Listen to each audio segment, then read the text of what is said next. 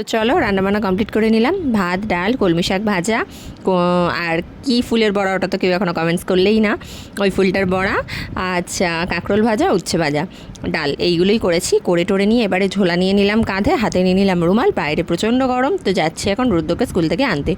সাথে নিয়েছি ছাতা। বর যেহেতু বাড়িতে নিয়েও সকাল সকাল বেরিয়ে গেছে কাজে, তো সেই কারণে আমাকে হেঁটে হেঁটেই যেতে হবে। রুদ্রকে আনতে হবে, তারপরে সমুদ্রকে আনতে যাব। তো দুজনকে আনাটাই তোমাদেরকে দেখাবো আমি কীভাবে যাই কীভাবে আসি। রুদ্র স্কুলটা একদমই কাছে, হেঁটে যাওয়া যায়। তো এই যে স্কুলের সামনে এসে গেছি, সব বাচ্চারা বেরাচ্ছে, তো রুদ্রও বেরিয়ে গেছে। আগের ক্লাসের আগের ছুটি হচ্ছে, আর এখন ওদের 11টায় ছুটি হচ্ছে। তো দোকানের সামনেই, মানে স্কুলের সামনেই এই দোকানটা আছে। দোকানটা থেকে ওরা টিফিন কেনে, এত বায়না করছে এই দোকানটা থেকে কিছু ওকে কিনতেই হবে। তো চলো বাড়ি গিয়ে আমি দেখাচ্ছি ও কী কিনেছে। এই যে বাড়ি এসে গেছি, বাড়ি এসে দেখাচ্ছি। রুদ্রই তোমাদের দেখাবে কী এনেছে। প্যাকেট থেকে ঢেলে নিচ্ছে, হ্যাঁ কিনেছে হ্যাপিডেন্ট।